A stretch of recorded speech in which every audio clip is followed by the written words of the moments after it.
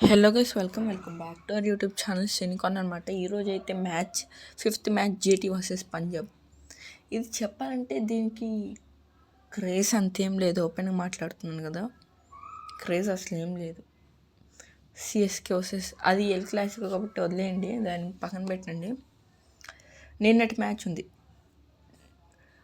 DC versus LSC. Match చూసుంటే బాగుంది, match మంచిగా అనిపించింది.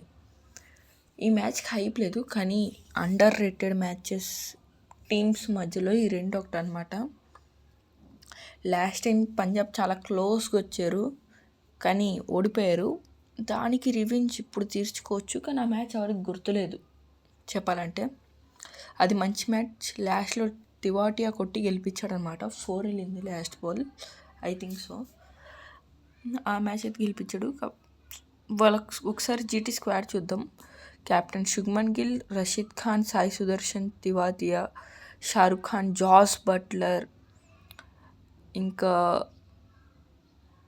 Kagiso Rabada, Mohammed Siraj, Prasidh Krishna, Sai Kishore, Washington Sundar, Glenn Phillips, ఒక రోథర్ఫోర్డ్. చాలా స్ట్రాంగ్ ఉంది చెప్పాలంటే. టీం చాలా స్ట్రాంగ్ ఉంది జీటీ మాత్రం. పంజాబ్ కూడా అంతే తక్కువ ఏం లేదు, ఎక్కువ అమౌంట్ పెట్టుకొని వచ్చారు.